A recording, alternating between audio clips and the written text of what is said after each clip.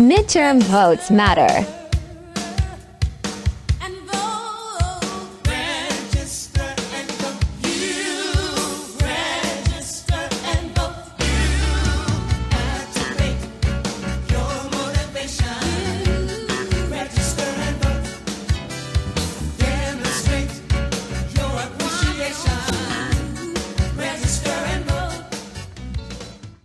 Hello, and welcome to the 2022 Good Trouble Voting Rights Podcast, sponsored by Black Women for Positive Change, featuring host Reverend Dr. Barbara Reynolds, and our special guests will be our regular hosts, Dr. Georgia Dunston and Dr. Stephanie Myers. Ladies, take it away.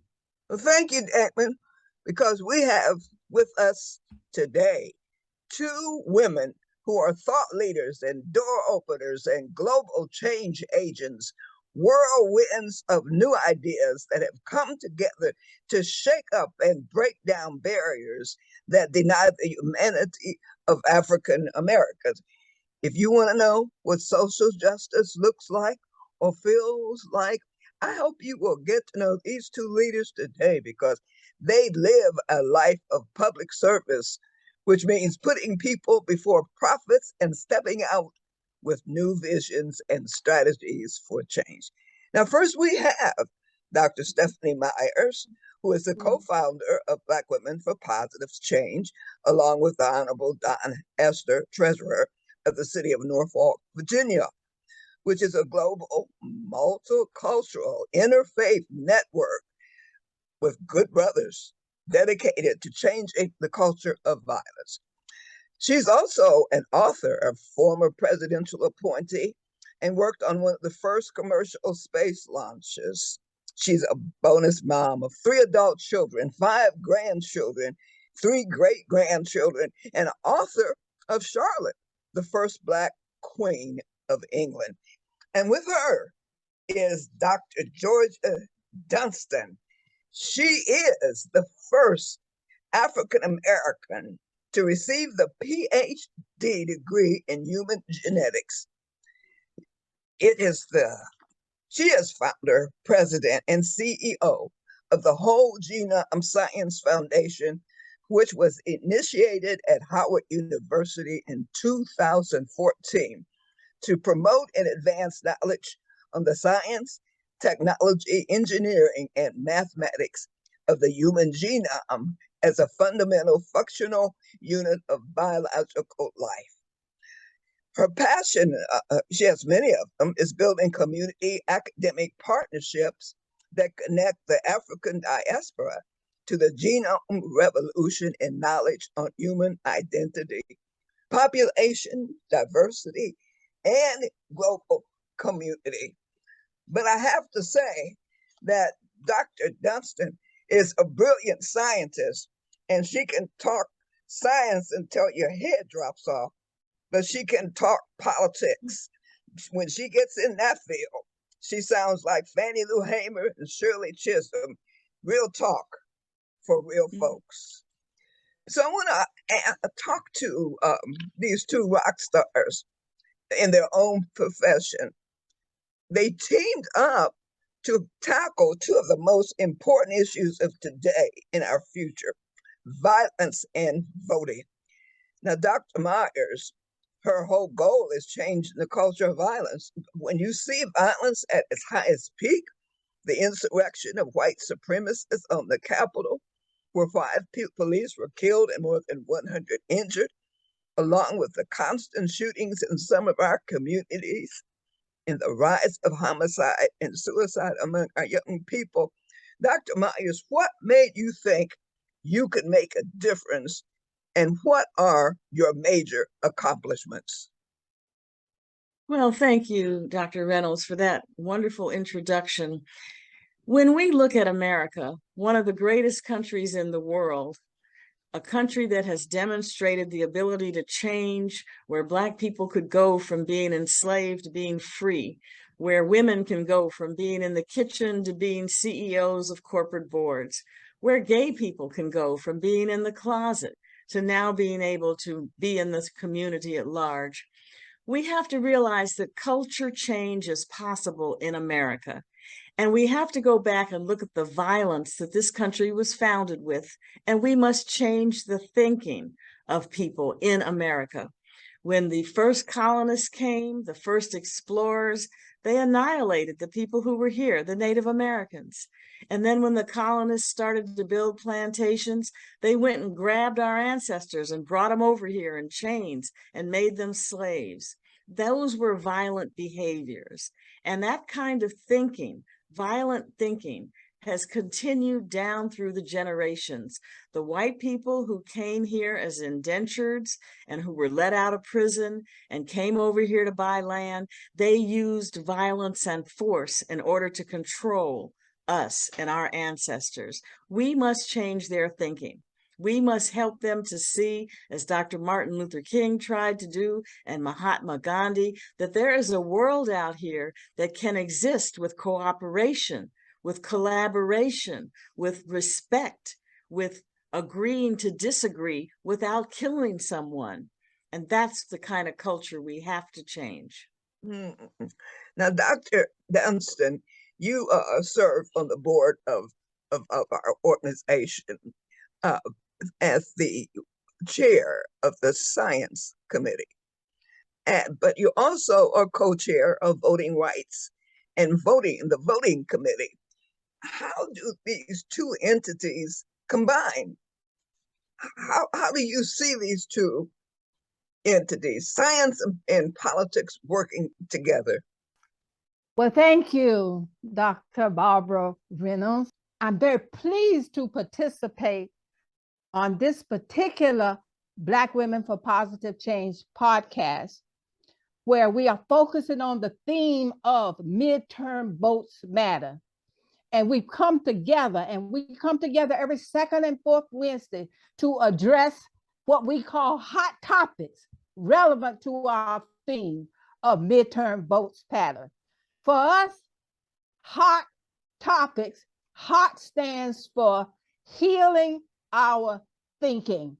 For it is indeed our challenge today to heal our thinking on voting and the role of voting in our civil rights. In fact, voting rights today represent our new civil rights. And in that regard, our hot topics address voting as a reflection of our voice. And our voice is an inherited characteristic. So I equate as a genome scientist, where we study our identity, who we are and what we are. Voting is a measure of our voice, and our voice, what we have to say, is a function of how we think. Well, I'm going to come back to you in a minute, but I want to go back to Dr. Myers just for a minute, because I heard one of you say that the vote is probably the most nonviolent weapon we have. And could you expand on that idea, Dr. Myers? Do you agree with that? Absolutely. Absolutely. The very core of democracy is based on voting. And that's the beauty of this democratic system, that each individual, when they reach a certain age, can express themselves. And we as African Americans and people of color and people of all backgrounds, we must preserve the ability to vote, because if we lose that ability, we could move towards an autocracy or a monocracy where you have people in charge who are powerful with money and armies and who take weapons and force you to do what they say. One example of the democracy that Black Women for Positive Change has been part of is we decided to announce a month of nonviolence. We decided to support midterm votes matter. We didn't have to go get permission from anyone to do that. We did not have to go kneel before a king and ask him, can we start a midterms matter voting program? Can we start the month of nonviolence? We didn't have to get permission. As individuals in this country and this democracy, we had the power to come together and say, we think this is important. We're going to do it. So voting is power. And I came out of the Black Power movement, and I believe today that power is the key that Black people must think of. And for the past week, I've been in Los Angeles, California, and we had some Hispanics, some Latino leaders of the Los Angeles City Council openly declare racist comments against a small Black child, calling him a monkey. Here in Los Angeles, there is an uproar in this city. So we have to know now that the people we vote for are the people who make decisions. So the people in Los Angeles will now get a chance to vote out the racist city council people. Voting is power, and every individual in America cannot afford to sit on their behinds, I'll say it, they cannot afford to just sit up in their house and say, oh, well, it doesn't matter to me. I have a pension. It doesn't matter to me. My church doesn't believe in politics. Let me tell you, these churches believe in politics. And if we don't get serious, we are going to lose the freedom for our children, our grandchildren, and generations in front of us and behind us. Well, you mentioned churches, and I'm going to swing this question to Dr. Dunston, because she, in her own way, is also a theologian.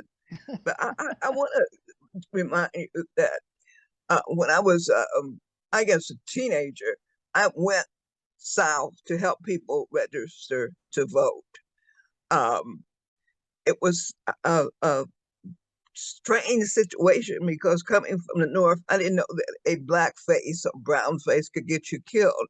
But we were actually chased by the Klan in Tennessee when students, we wanted to register Blacks to vote. But when you look at our history, it seems like the vote is sacred. So many people have been bloodied and martyred. Do you see this sacred element of voting, Dr. Dunston? Do you see that? Absolutely. And that allows me to also connect with the question that you put on the table to us, that voting is the most powerful, non-violent change agent in a democratic society. That phrase also popularized by our late Congressman John Lewis, who this podcast and our Black Women for Positive Change actions with midterm votes matter are recognizing that. I told you that the thing that brought me to bring science and voting together was Black Women for Positive Change. And indeed, it was the very foundation of that organization that changing the culture of violence in America that attracted me. At the outset, I didn't see how the science, my science training, related to this. But now, as we recognize that voting is a sacred right of our constitutional form of government, our constitution that states that we as citizens of the United States of America have a birthright, if you will, to vote for our representatives. So I want to underscore that statement too. If we as an organization are going to change the culture of violence in America, voting is foundational as a change agent for making this change. Now, I'm going to get to, oh, I'm sorry. Go ahead, no. I'm going to get to a question later about the John Lewis pledge, and I want to make sure I get that. That's very important. But I do want you start with Dr. Myers and then you to really take me into this midterm election, because so many of us have been geared and trained to not vote there, to just wait for the national election. But this time the vote is being rigged. There are people who are being put in place to make sure that if we vote, it won't count. And so we have to overwhelm the opposition at the polls this time, because we know that there are this methods to suppress and oppress us. So can you take me, Dr. Myers, and how can it make a difference for an ordinary citizen who may not understand the constitutional structures and what even democracy, but how does it relate to just a citizen that's going to make them get out their house? How's it going to affect the ordinary person?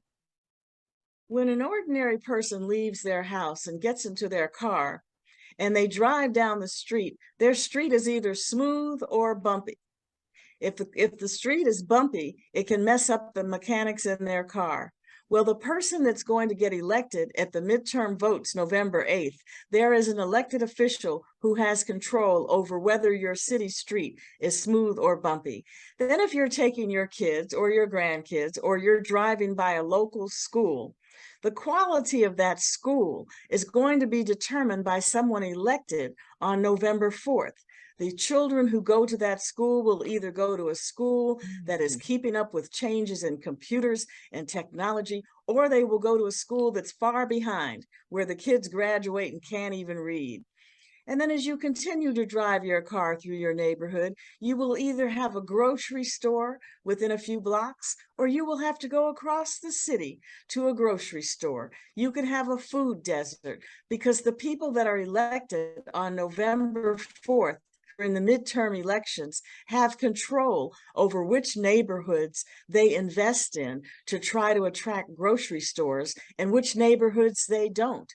The same thing is true with your health care. It's true with homeless people living on the street. It's true if the law enforcement should stop a young Black man in his car and end up shooting him because he doesn't handle things the way the police officers, the people that we elect on November 8th, will appoint. The mayor that you vote for will appoint the police chief. And that mayor will either choose a police chief who understands racial bias, or he will choose a police chief who is racist and who kills our children in the street. So every decision about your life, your taxes for your property, the way that your neighborhood is handled is all affected by the mayors, the city council members, the judges, the governors.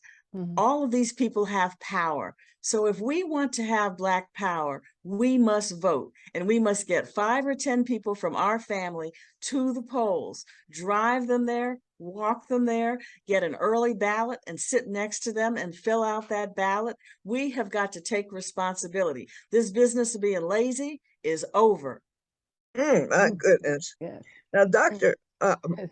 Dunston, Yes.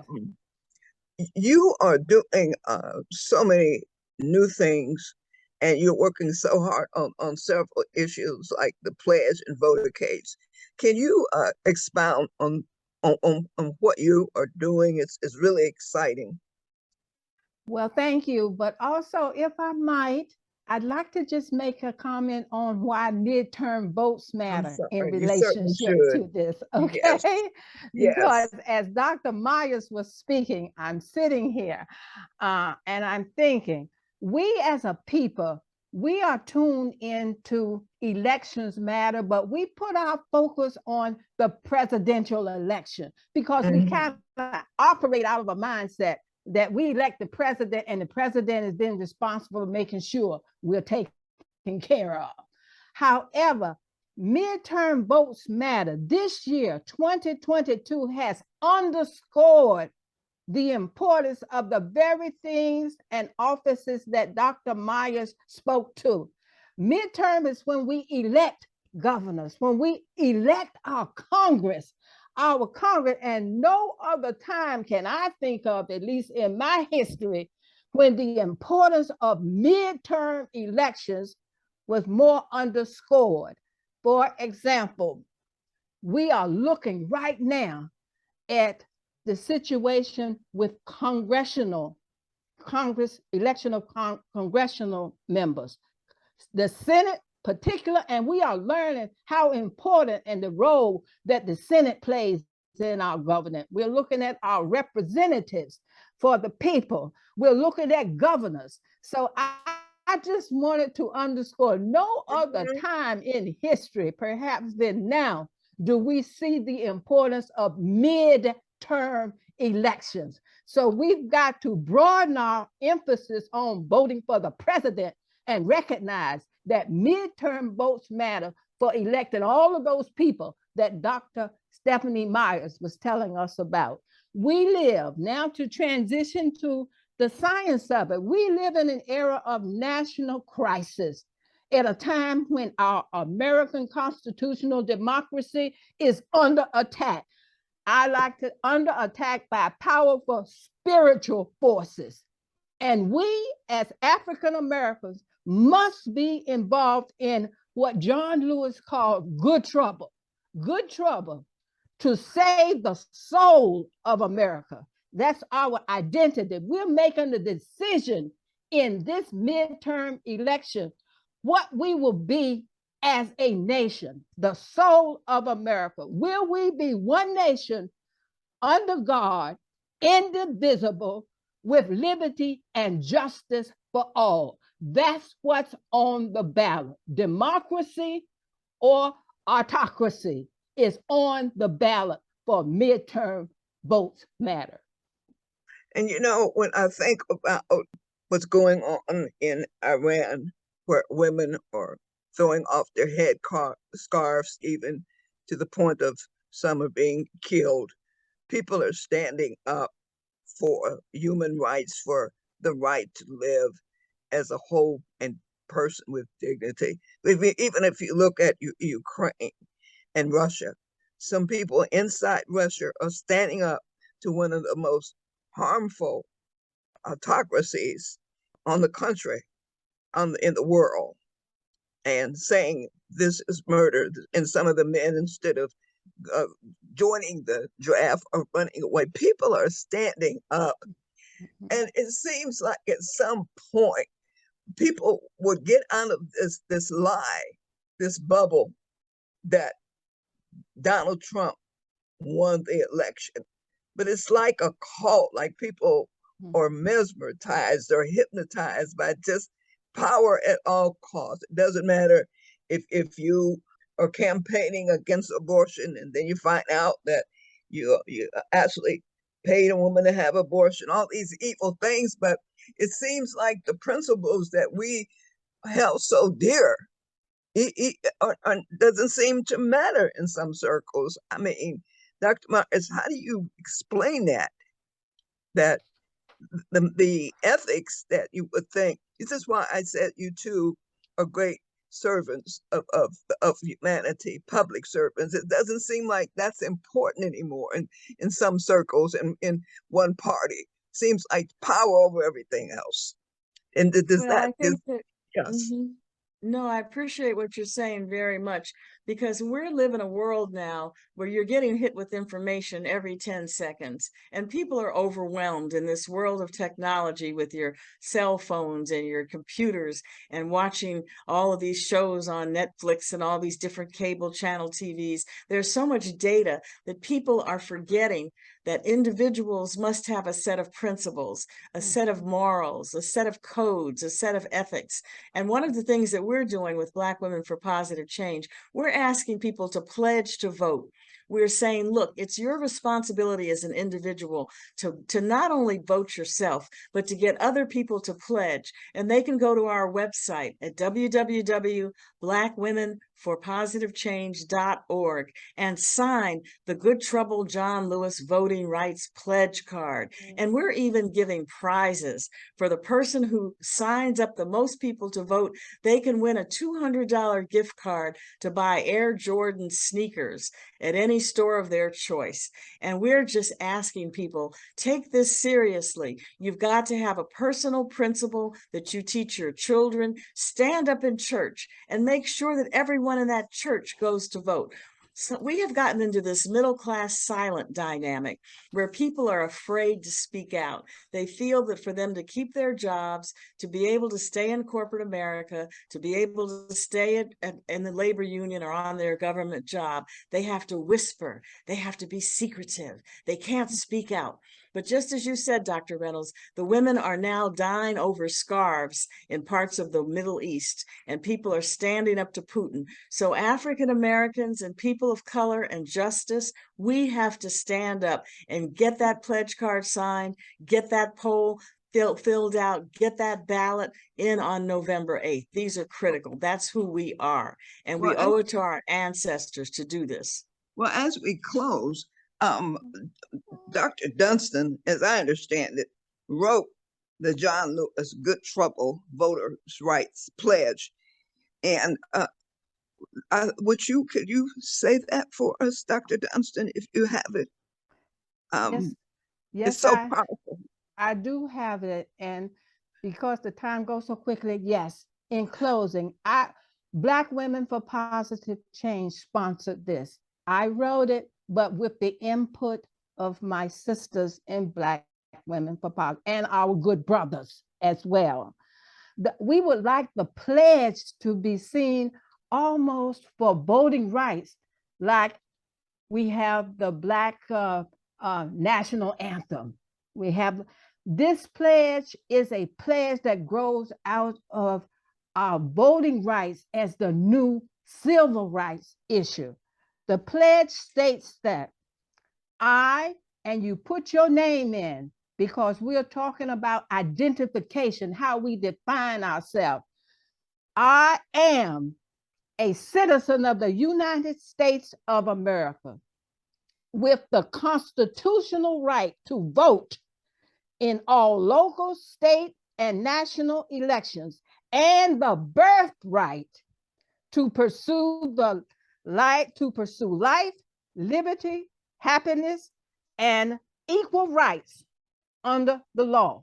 I accept and assume my responsibility to vote in each and every election and encourage others to do the same, regardless of race, political affiliation, or creed.